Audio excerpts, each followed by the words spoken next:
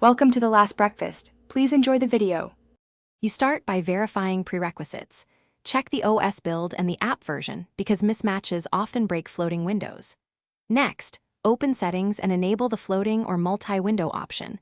This allows windowing on supported devices.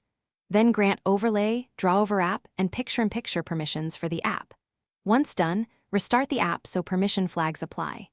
You do this now to eliminate permission and compatibility problems before deeper troubleshooting steps.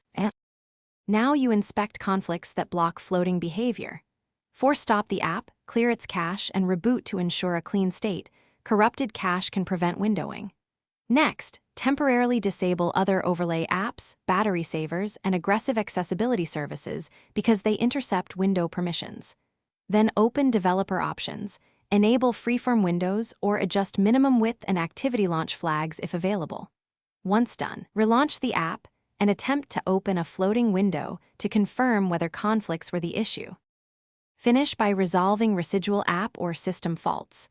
Update the app or reinstall.